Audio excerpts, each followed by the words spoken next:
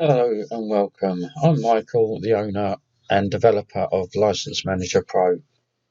This is the version 2.0, which is a complete new update to the previous version. As you can see, we have a new install window, uh, which will go through all the steps. So first off, press start. You'll see if you've passed all the checks. Once all these are correct and passed, it will allow you to continue. On the next page, as you can see, this is where you enter in your database info, and if it's a new install, it will only show you new. I will show you the upgrade when we get to it.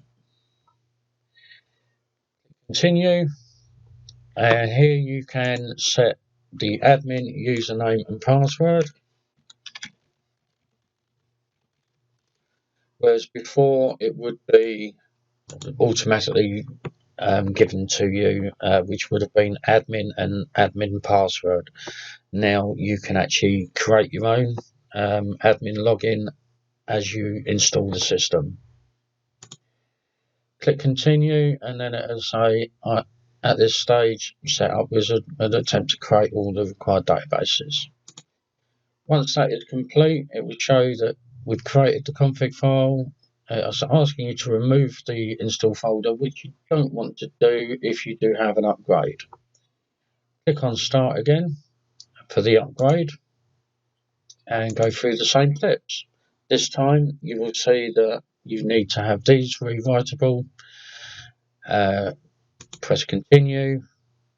We're doing an update. It's got all the information already there for you, so you don't need to worry about that because it gets that from your config file. Continue. We don't need to worry about this because we've already set that.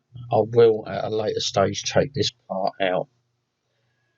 Continue, and then continue again, and it's now created all the extras. Once that is complete, you'll be able to go to your admin and log in with your with the username and password that you created. That's it for the installing and upgrading. Thank you very much for watching.